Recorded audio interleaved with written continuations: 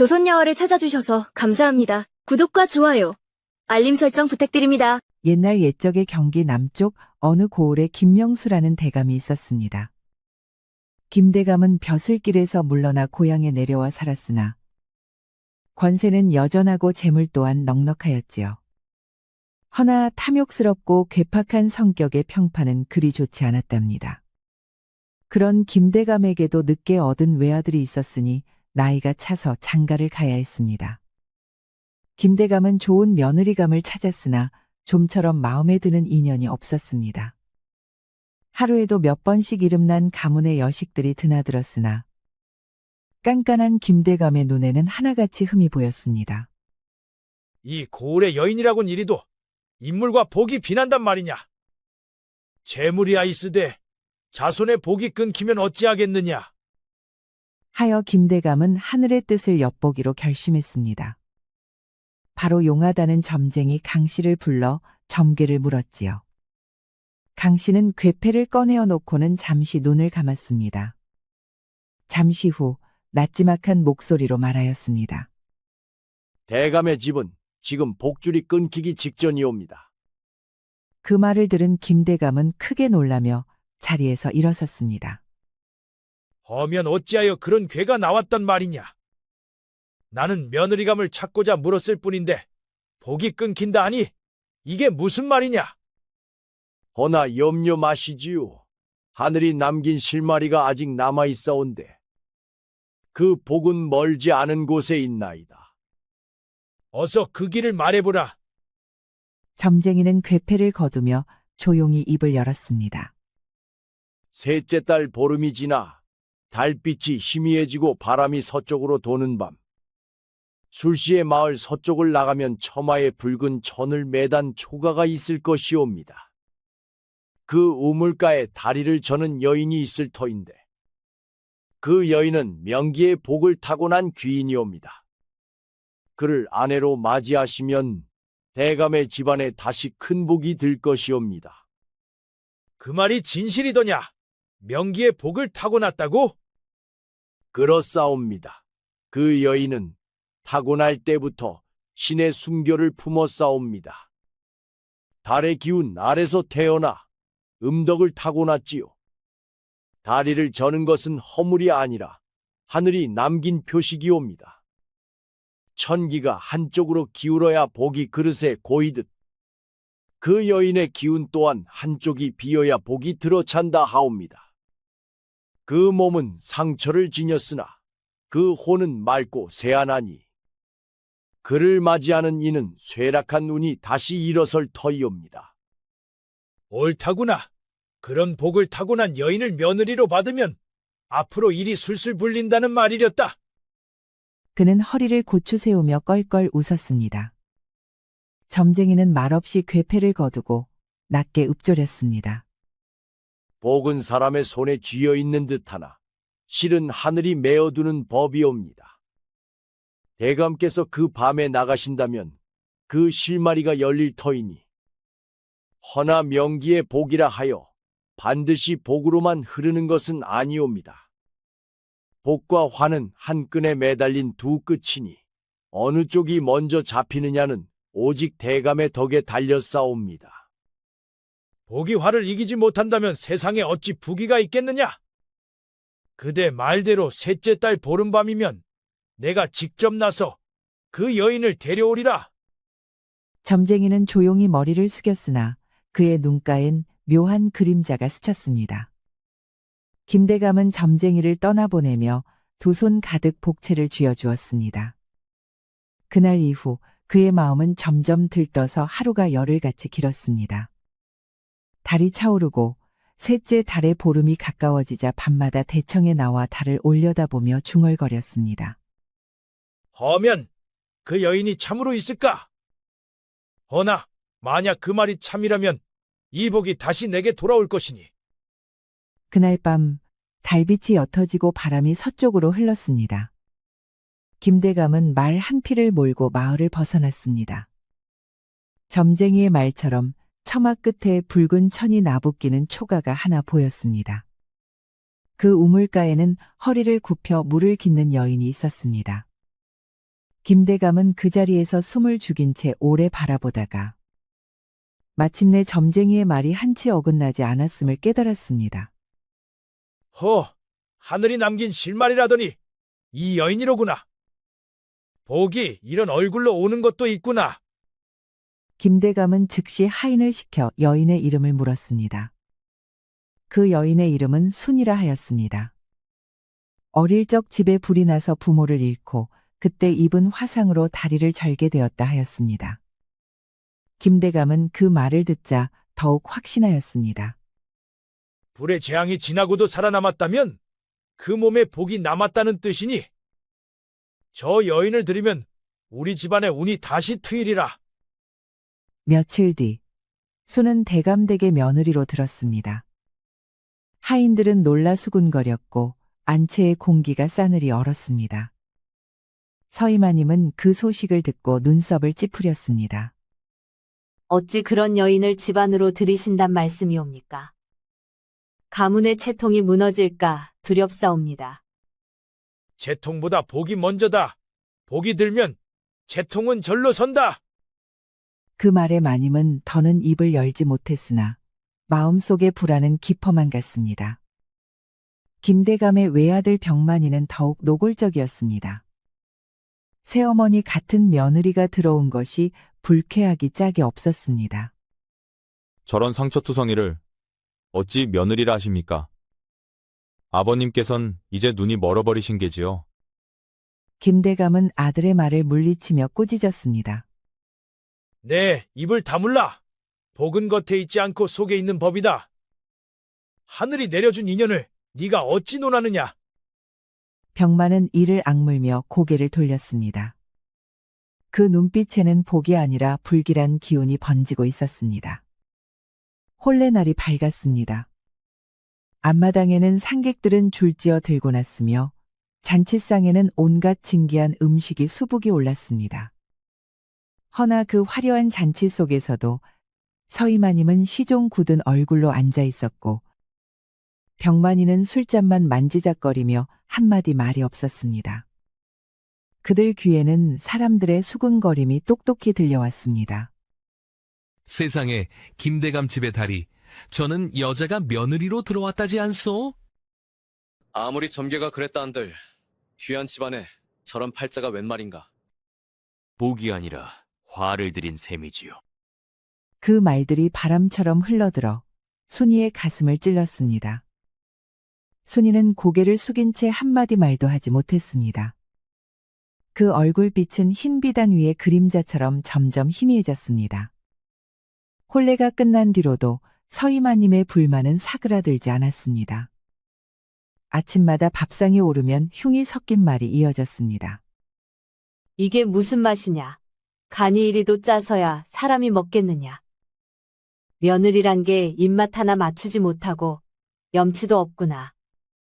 귀한 집안에 시집왔다면 손맛부터 배워야지. 이런 짠죽을 올리다니 체면이 말이 아니다. 썩 치워라.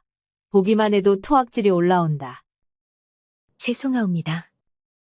순이는 개미가 기어가는 목소리로 말하였으나 그 목소리마저 서이마님의 귀에는 거슬렸습니다. 밤이 되면 병 많은 술에 절어 방에 들지 않았습니다. 들어오더라도 순이를 한번 쏘아보고는 혀를 차며 등을 돌렸습니다. 이런 여인을 며느리로 들이다니. 아버님도 이젠 미치셨구나. 복이라더니 우리 집안 꼴을 망칠 화로다. 처음엔 김대감이 나서서 달래고 중재하였습니다.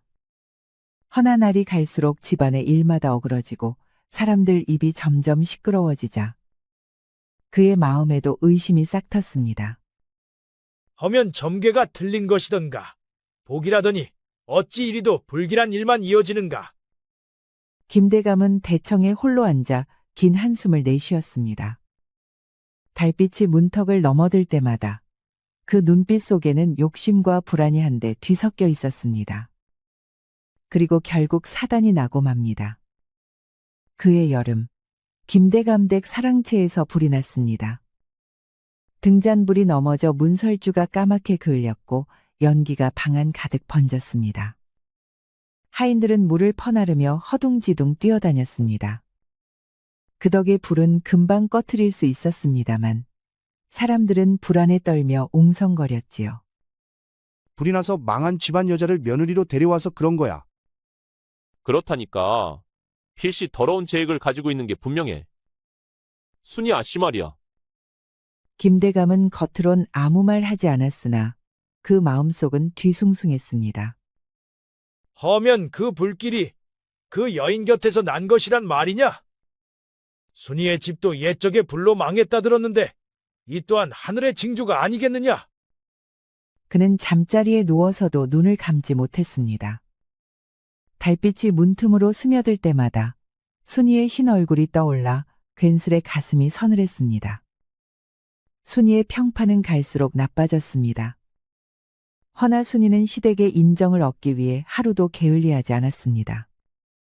새벽이면 일어나 마당을 쓸고 밤이면 방에 불을 밝히며 바느질을 했습니다. 손끝은 성치 않았으나 실이 끊어질 때마다 이를 깨물며 다시 꿰었습니다. 마님께 누가 되지 않게 해야지. 복이라 믿어주셨으니 그 믿음만은 저버리지 말아야지. 하지만 노력은 언제나 헛돌았습니다. 밥이 식으면 순이 탓, 비가 오면 순이 탓이었습니다. 결국 순이는 늘 고개를 숙인 채 잔뜩 위축되었습니다. 그러던 어느 날 서이마님의 방에서 난리가 났습니다. 대대로 내려오던 옥 놀이개 하나가 자취를 감춘 것입니다. 이게 어디 갔느냐. 내 어머니께서 물려주신 물건이거늘. 집안을 통째로 뒤져라. 하나라도 숨긴 자가 있으면 그 자리에서 내쫓아라. 하인들이 방을 뒤집고 장롱을 털었지만 흔적은 보이지 않았습니다. 그때 서이마님의 눈에 순이의 방문이 들어왔습니다. 그래. 그 계집의 방은 살펴보았느냐. 제가 가서 보겠습니다요. 부엌일을 마치고 막 들어오던 순이는 문 앞에 몰려든 사람들을 보고 걸음을 멈추었습니다. 서이마님은 번개처럼 다가와 순이의 멱살을 쥐었습니다. 이 천한 계집이 여기가 어디라고 물건을 훔쳤느냐. 아니옵니다, 어머님. 저는 그런 일 한 적이 없사옵니다. 그래? 그렇다면 이것은 무엇이더냐. 서이마님은 말을 자르듯 서이마님의 방안을 가리켰습니다.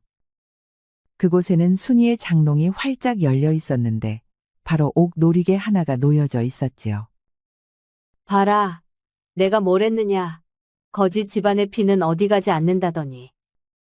다리병신의 손버릇까지 더럽구나. 복이라더니 우리 집에 화기를 들였구나. 순이는 그 자리에 얼어붙은 듯 서 있었습니다. 입술이 떨렸으나 말 한마디 나오지 않았습니다.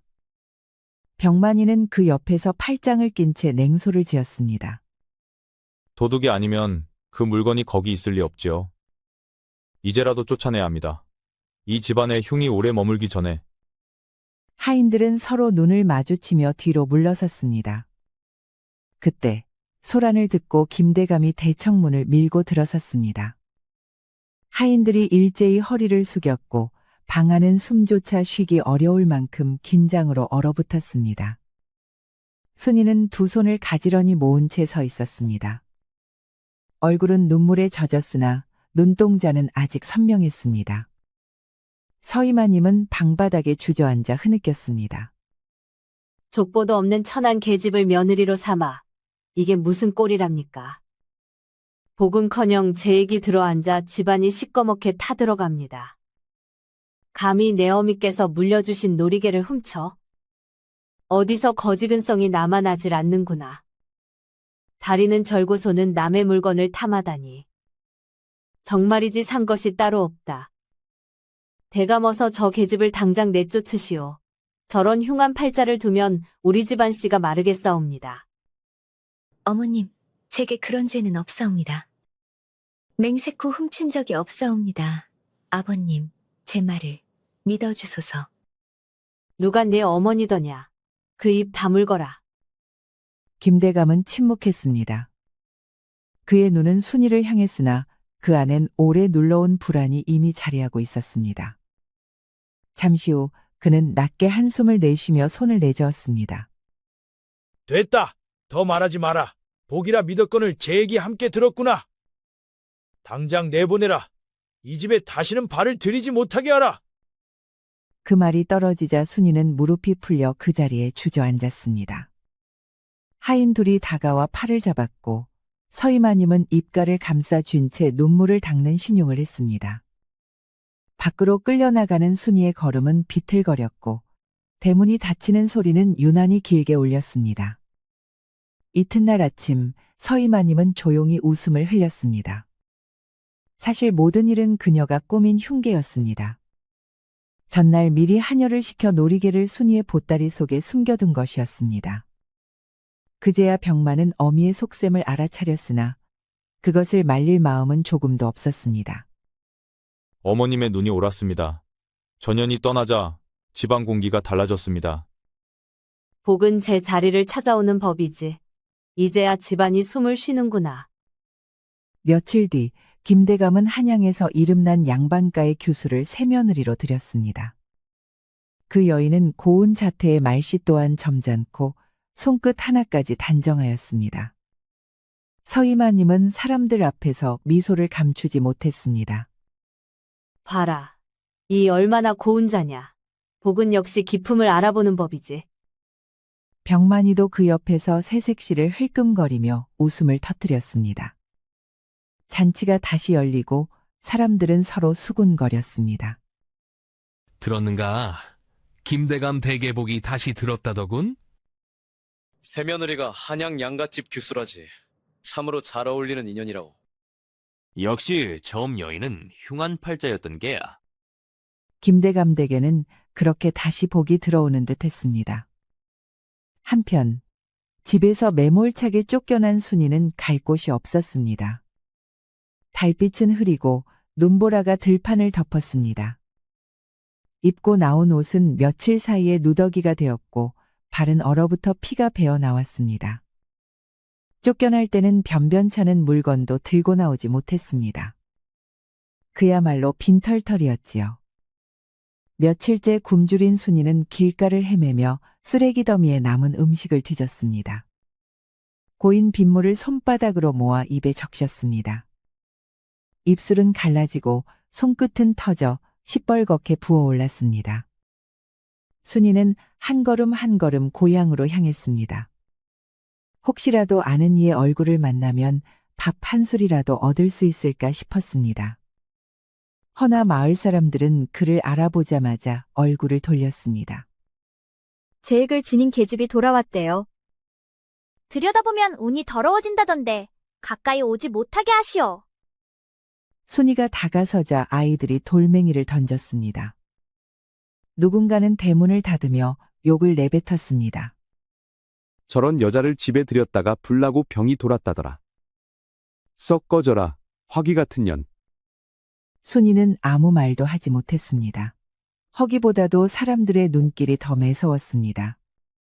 그날 이후 순이는 부평초처럼 이 마을 저 마을을 떠돌았습니다. 눈발이 거세게 흩날리던 어느 날, 순이는 고향에서 멀리 떨어진 외딴 마을에 닿았습니다. 발걸음은 이미 힘을 잃고 숨소리조차 메말랐습니다. 마침내 길 한가운데 쓰러져 눈 속에 반쯤 묻혔습니다. 입김이 끊어지듯 사라지고 눈앞은 까맣게 가라앉았습니다. 희미한 등잔불 아래 순이는 천천히 눈을 떴습니다.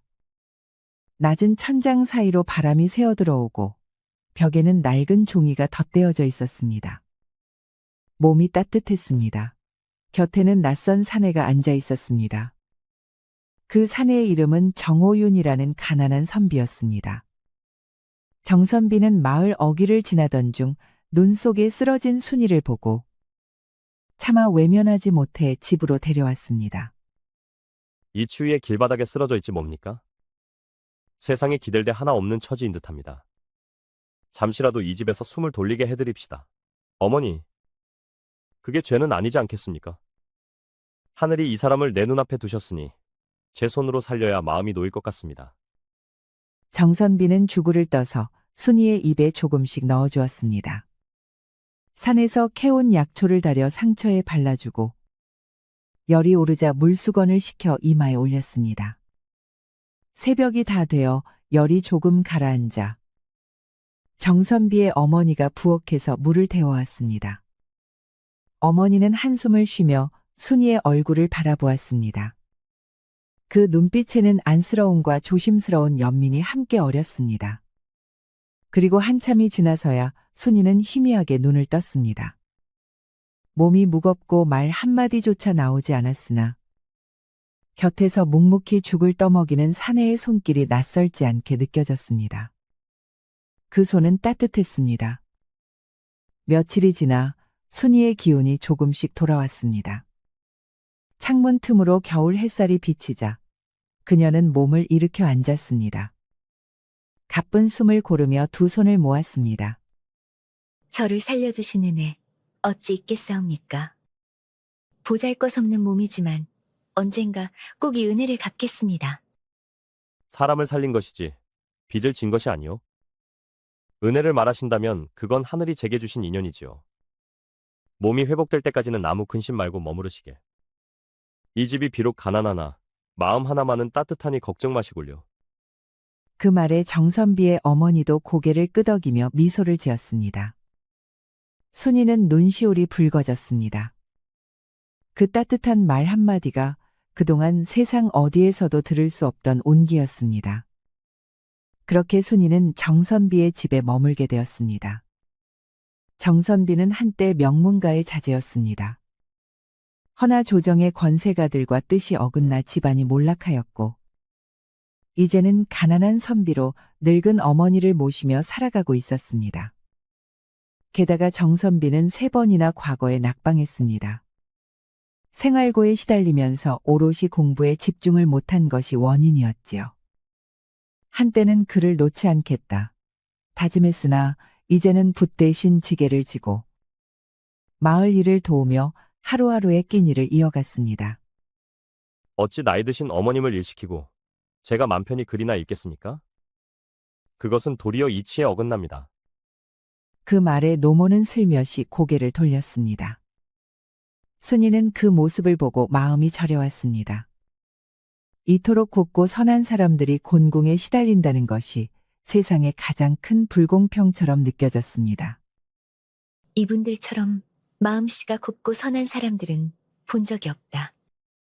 내 가진 것이 없더라도 반드시 도와드려야 한다.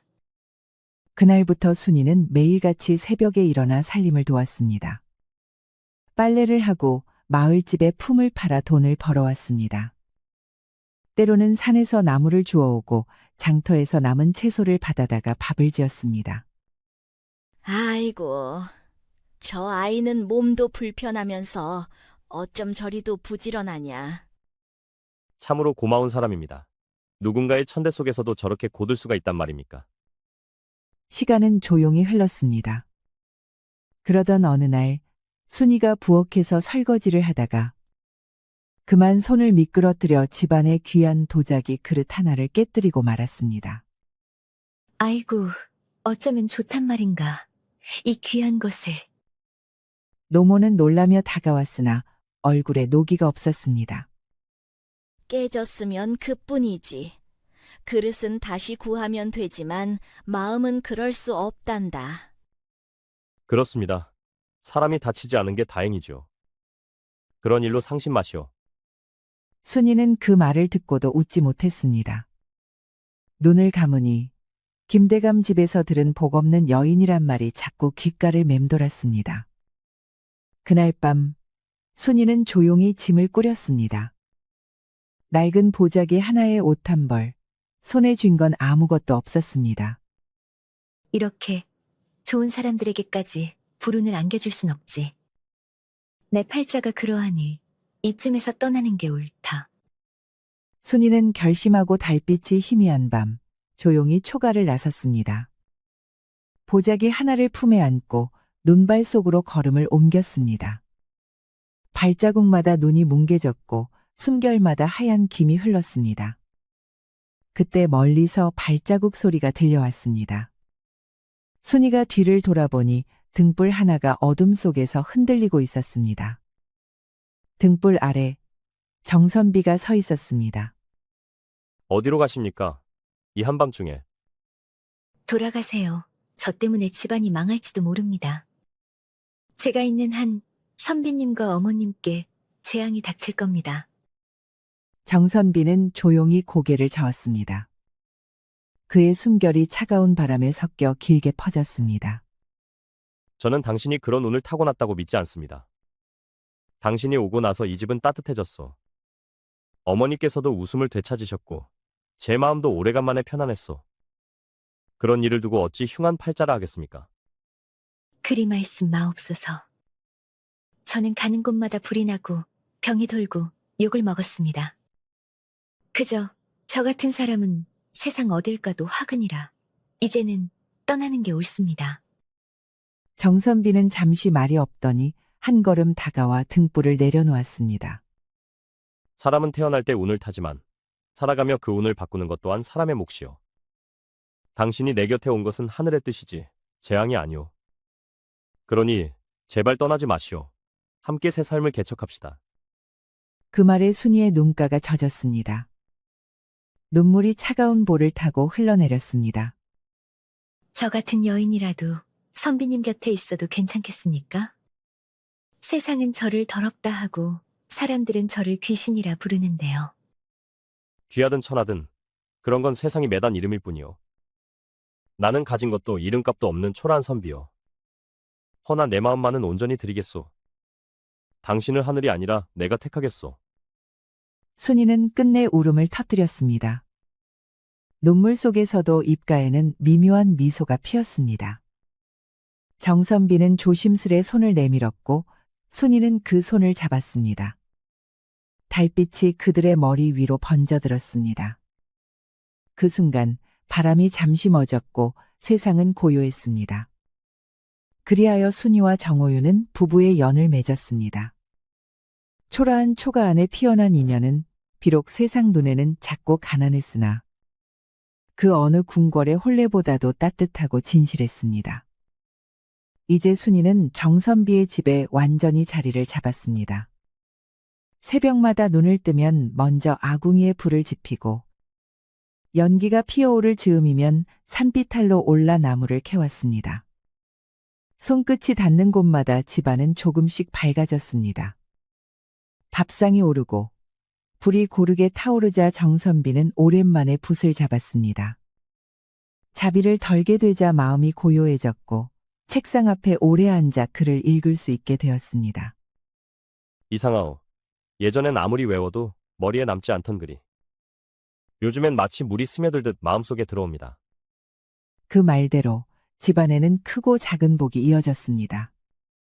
이웃이 쓸모없다며 장작을 내어주었고 오래 거래하던 상인이 빚을 탕감해 주었습니다. 마당에 우물물은 맑게 솟았고 병들어 있던 닭도 다시 일어섰습니다. 그러게요.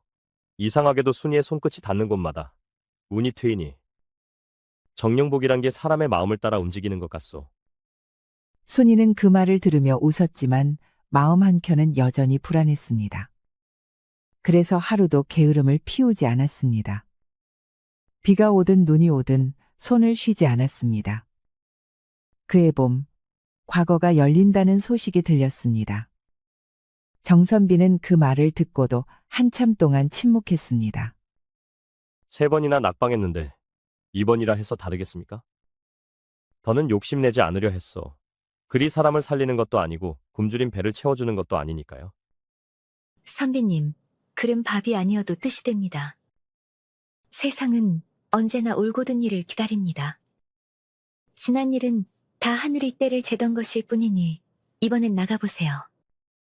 정선비는 한참을 생각하더니 이내 미소를 지었습니다. 두 분이 그러시니 그 뜻을 저버릴 수가 없군요. 이틀 뒤에 길을 떠나겠습니다. 이틀 뒤 정선비는 한양으로 향했습니다. 순이는 전날 밤 새도록 그의 옷을 말리고 길에 오를 새벽까지 잠을 이루지 못했습니다. 노모와 함께 마당 끝까지 나가 배웅했습니다. 길이 멀고 춥사오니 부디 몸 조심히 다녀오셔요. 걱정 말아요. 돌아올 땐 좋은 소식 들려드리겠소. 정선비는 미소를 지으며 고개를 숙였습니다. 등이 산 너머로 사라질 때까지 순이는 그 자리를 떠나지 않았습니다. 그녀의 손끝에는 아직 따뜻한 온기가 남아 있었습니다.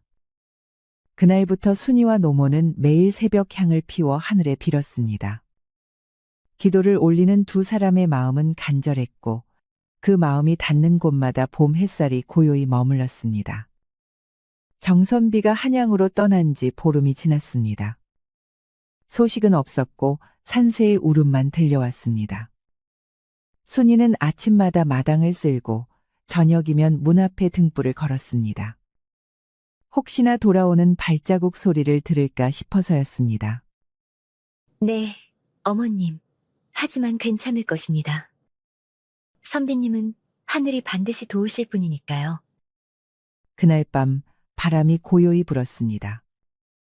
달빛이 처마에 고이고 향불이 사그라질 즈음 순이는 두 손을 모은 채 속으로 기원했습니다. 하늘이시여, 이 마음만이라도 닿게 하소서. 그 사람이 걸어가는 길마다 바람이 순하고 해가 따뜻하길. 그렇게 또 하루가 지나고 또 하루가 흘렀습니다. 눈이 녹고 들판에 새싹이 돋을 무렵 멀리서 말을 몰아오는 한 사내의 모습이 보였습니다. 그 옷자락이 바람에 휘날렸고 햇살 속에 번쩍이는 금빛 교지가 손에 들려 있었습니다. 그제야 마을이 술렁이기 시작했습니다. 아이들이 함성을 질렀고 사람들은 뛰어나왔습니다. 그 사내가 바로 정호윤이었습니다. 그의 품에는 과거의 장원 교지가 들려 있었고 그가 웃을 때마다 하늘조차 더 밝아지는 듯 했습니다. 소식이 내려오자 온 마을이 떠들썩했습니다. 사람들은 길가에 줄을 서서 꽃잎을 뿌렸고 아이들은 징과 꽹과리를 쳤습니다.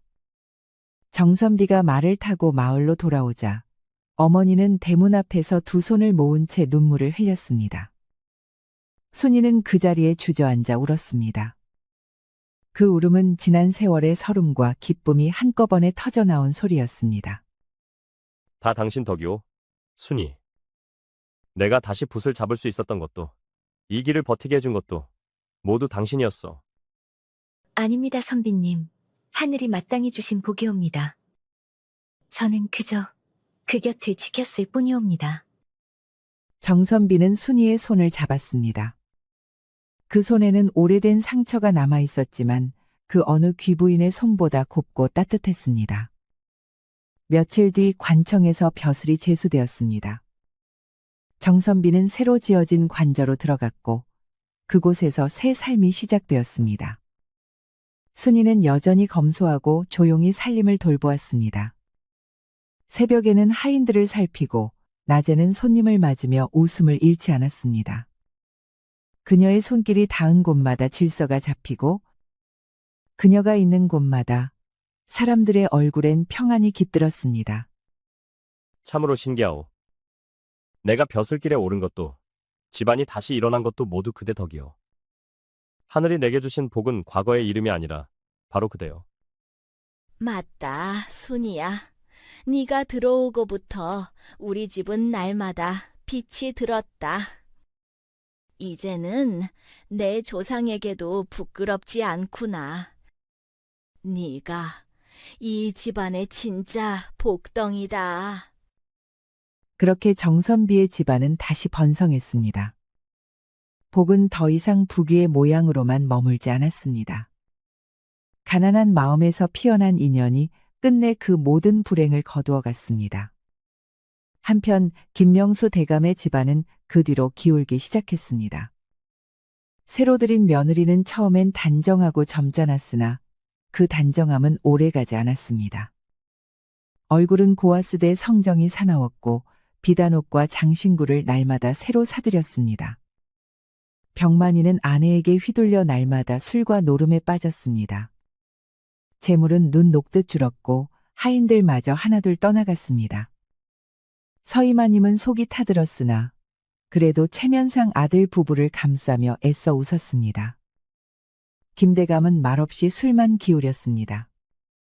그해 늦가을 김대감은 결국 못된 마음을 품었습니다. 장사치와 결탁하여 관청의 물품을 몰래 빼돌리려 한 것입니다. 허나 세상일은 뜻대로 되지 않았습니다. 그 장사치는 처음부터 사기꾼이었습니다. 장사꾼은 돈을 횡령하여 달아났고 그 책임은 김대감에게 몰았습니다. 곧 관에서 사람이 내려와 집안을 수색했습니다. 기와집의 문패는 뜯겨나가고 남은 재산은 빚으로 모두 사라졌습니다. 병만의 아내는 금부치와 옷을 챙겨 도망쳤습니다. 서이마님은 넋이 나가 울기만 했고 김대감은 허공만 바라보며 앉아 있었습니다. 그리하여 그 많던 재물과 권세는 하루아침에 흙먼지가 되었습니다. 겨울이 들자 김대감 일가는 거리에 나앉았습니다. 누더기를 걸치고 구걸로 연명하였습니다. 비바람이 몰아치면 처마 밑에서 몸을 웅크렸고 밤마다 찬바람이 뼛속으로 스며들었습니다. 아버지, 이제 우린 어디로 가야 합니까? 길이 있겠느냐? 내가 복이라 믿었던 것이 이 꼴을 낳았구나. 이게 다 그 계집 때문이야. 그 여자를 들이지 않았더라면. 김대감은 말없이 고개를 숙였습니다. 그러던 어느 날, 세 사람은 힘없이 걷다가 한양 큰 길가의 한 대문 앞에서 발을 멈추었습니다. 굶주림에 지쳐 문 앞에서 털썩 주저앉았지요. 병만은 머리를 떨군 채 말이 없었고 서이마님은 입술을 깨물며 울음을 삼켰습니다. 김대감은 초점 잃은 눈으로 대문 기둥만 바라보고 있었습니다. 그들은 구걸하듯 문 앞에 남은 밥풀이라도 얻고자 했습니다. 하인들이 이 광경을 보고 안으로 들어가 사정을 아뢰었습니다. 잠시 후 하인 하나가 나와 음식을 내주자 서이마님은 그릇을 받으며 눈물을 흘렸습니다. 이런 밥 한 술에도 고맙다니. 내가 이 꼴이 되었구나. 그때 안채에서 이 소식을 들은 순이는 하인을 불렀습니다. 무슨 일인가요? 문 앞에 거지 셋이 와서 구걸을 합니다. 불쌍해 보여 밥을 내주었사옵니다. 순이는 잠시 말을 멈추었습니다. 어쩐지 가슴이 서늘해졌습니다. 하여 얼른 바깥을 살펴보았습니다. 그리고 순이가 마당 끝에 서서 문 밖을 내다보는 순간 숨이 멎는 듯했습니다. 낡은 옷에 찢어진 신발, 수척한 얼굴이었지만 그들은 다름 아닌 김대감 일가였습니다. 순이는 한참 동안 그 자리에 서 있었습니다. 바람이 옷자락을 흔들었고 그제야 입을 열었습니다.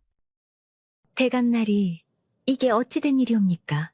어찌하여 이런 몰골이 되셨습니까? 일단 들어오셔서 몸이라도 녹이시지요. 세 사람은 놀란 듯 얼굴을 들었습니다. 서이마님은 입술이 새파래지고 병만은 고개를 떨군 채 말을 잃었습니다. 김대감은 멍하니 순이를 바라보다가 그제야 흐느끼듯 웃었습니다. 하늘이 이 늙은 죄인을 이렇게도 부끄럽게 만드시는구나. 순이는 머슴에게 고개를 끄덕였습니다. 이분들을 안으로 들이세요. 따뜻한 밥과 옷을 내오도록 하세요. 하인들이 그들을 부축해 마루 안으로 데려갔습니다. 밥상에 김이 오르고 옷이 내어지자 세 사람은 연신 고개를 숙이며 감사를 읊조렸습니다. 이 은혜를 어찌 갚겠습니까? 세상 인심이 다 식었다 생각했는데. 하늘이 아직 이런 분을 남겨두셨구나. 하지만 곧 순이를 마주본 순간 그들의 얼굴이 일제히 굳었습니다. 저 얼굴, 설마. 이럴 수가 순이 아니더냐? 달이 절던 그 계집이 이런 집의 안주인이 되었다고? 세상에. 그리 놀라지 마시옵소서. 하늘이 저를 살리시고 좋은 인연을 주셨을 뿐입니다. 지난 일은 모두 옛날이 되었으니 부디 불편히 여기지 마시고 이 집에서 몸을 녹이시며 쉬어가시옵소서. 그 말에 김대감은 얼굴을 감싸쥐고 흐느꼈습니다. 서이마님은 아무 말도 하지 못한 채 눈을 내리깔았고 병만은 두 손을 무릎에 얹은 채 고개를 떨궜습니다. 그날 밤 순이는 그들을 별채에 머물게 하였습니다. 별채에 묽게 된 김대감 일가는 입은 옷만큼이나 자존심이 구겨져 있었습니다. 서이마님은 침상에 앉아 한숨만 쉬었고 김대감은 벽만 바라보다 눈을 감았습니다. 병만이는 아무 말 없이 밤새 뒤척이다가 이윽고 어둠 속으로 살금살금 일어났습니다. 병만이는 안채를 빠져나갔습니다. 그리고 달빛이 흐린 마당을 가로질러 창고로 향했지요. 그곳에는 나무로 짠 괴짝 하나가 놓여 있었습니다. 순이가 하인들의 품삯과 구율비를 모아두던 상자였습니다. 병만은 주변을 살피더니 떨리는 손으로 괴짝에 자물쇠를 들어올렸습니다. 쇠가 삐걱이는 소리와 함께 뚜껑이 열렸습니다. 안에는 빛바랜 비단보에 쌓인 금부치와 패물이 고요히 잠들어 있었습니다. 등잔불이 그 위에 스치자 희미한 금빛이 벽에 반사되었습니다. 이걸로 다시 시작하면 된다. 복이 내게서 떠난 게 아니라 잠시 숨어 있었던 거야. 그는 이를 악물고 금부치를 보자기에 싸서 품에 넣었습니다. 그리고 뒤를 돌아보지도 않은 채 담을 넘어 달아났습니다. 새벽 바람이 차가웠습니다. 병만은 어둠 속에서 헐떡이며 산으로 달아났습니다. 이내 마을 포졸들의 함성이 뒤를 이었습니다. 거기 서라. 도둑놈이 달아난다. 병만은 비탈을 넘어 달리다가 발을 헛디뎌 바위 틈을 밟았습니다. 그 순간 그의 몸이 허공으로 기울었고 한 줄기 비명이 새벽 안개 속으로 사라졌습니다. 낭떠러지 아래로 굴러 떨어진 병만이는 차가운 돌무더기 사이에 멈추었습니다. 그는 숨이 끊어졌지만 손에는 여전히 금부치가 꼭 쥐어져 있었습니다. 새벽녘, 포졸들이 시신을 옮겨왔습니다. 서이마님은 그 소식을 듣자마자 그대로 쓰러졌습니다. 충격으로 각혈을 하고 며칠을 버티지 못해 세상을 떠나고 말았지요. 김대감은 멍하니 앉아 있었습니다. 눈앞이 허옇게 빛나고 귀에서는 바람 소리만 맴돌았습니다. 그는 며칠을 그렇게 앉아 있다가 이내 마을을 떠돌며 중얼거렸습니다. 하늘이 내게 사람의 도리를 가르치려 그리하셨구나. 그의 목소리는 점점 사라지고 그 이후로 김대감을 본 사람은 없었다고 합니다. 세월이 흘렀습니다. 정선비는 고을의 현감이 되었고 그의 집은 언제나 사람들로 붐볐습니다. 굶주린 자가 오면 밥을 주고 병든 자가 오면 약을 내어주었습니다. 정선비는 해마다 구율미를 내었고 순이는 손수 옷을 지어 가난한 이들에게 나누어 주었습니다. 하늘이 복을 거두지 않은 건 네 마음이 고닫기 때문이지. 사람의 덕이 쌓이면 집이 성해진다더니 이 집이 그러하구나. 복이란 하늘이 주는 게 아니라 정직하게 베풀고 지키는 데서 오는 것이지요. 순이는 미소를 지으며 손끝으로 향로에 불을 정돈했습니다. 저는 그저 그날의 따뜻한 손길을 잊지 않았을 뿐이옵니다. 그 한마디 자비가 저를 살렸듯 이제는 저도 그 자비를 나누고자 할 뿐입니다. 그렇게 세월이 흘러 순이의 가족은 늘 따뜻했습니다. 항상 세상 사람들에게 온정을 베풀었고 그의 화답하듯 이들에게는 복이 끊임없었지요. 부처님께서 이르시길 선한 인연은 선한 열매를 맺고 악한 인연은 악한 열매를 맺는다 하셨습니다. 이 세상의 일은 모두 마음에서 비롯되니 사람이 선을 쌓으면 복이 따르고 탐욕을 품으면 화가 그 마음을 태운다지요. 순이는 온갖 순환 속에서도 자비를 잃지 않았고 김대감 일가는 욕심 속에서 스스로의 업을 벗지 못하였습니다. 하늘은 그 마음을 헤아리시어 원망보다 연민을 오래 남기셨습니다. 그리하여 순이는 복을 거두었고 김대감 일가는 화를 피하지 못하였습니다. 이는 하늘의 재앙이 아니라 사람의 마음이 부른 결과일 뿐이었지요. 살다 보면 우리 또한 원망과 미움을 품게 되지만 부처님의 말씀처럼 원한은 원한으로서 갚을 수 없고 오직 자비로서만 멈출 수 있답니다. 그러니 오늘 하루 마음속에 남은 미움이 있다면 그 자리에 작은 자비를 놓아보는 건 어떨까요? 우리 이야기가 여러분들에게 조금이나마 재미를 선사할 수 있기를 바랍니다. 다른 재미있는 영상도 많으니 즐겁게 봐주세요. 그럼 여러분 모두 행복하고 즐거운 시간 되세요. 우리 이야기가 여러분들에게 조금이나마 재미를 선사할 수 있기를 바랍니다. 다른 재미있는 영상도 많으니 즐겁게 봐주세요. 그럼 여러분 모두 행복하고 즐거운 시간 되세요.